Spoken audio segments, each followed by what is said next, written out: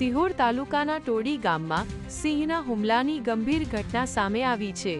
પશુપાલક શ્રી વિજયભાઈ ગોવિંદભાઈ બલ્યા પર સિંહ દ્વારા જીવલેણ હુમલો થતા તેમને તાત્કાલિક સારવાર માટે હોસ્પિટલમાં ખસેડવામાં આવ્યા હતા।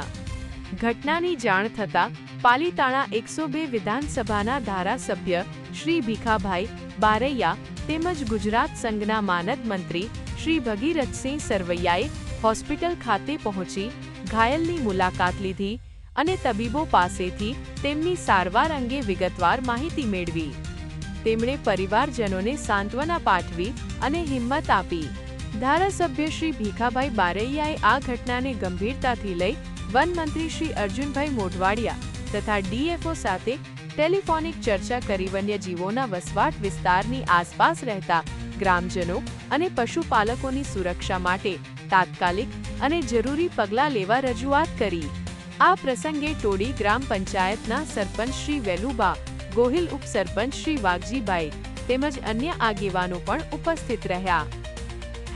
#Sihor, #Todi, #lion attack, #Bhavnagar, #breaking news. Makwana Jaydeep નીટ 24 ન્યૂઝ ભાવનગર। પૂરા સમાચાર જોવા માટે નીટ 24 ન્યૂઝને સબસ્ક્રાઇબ કરો।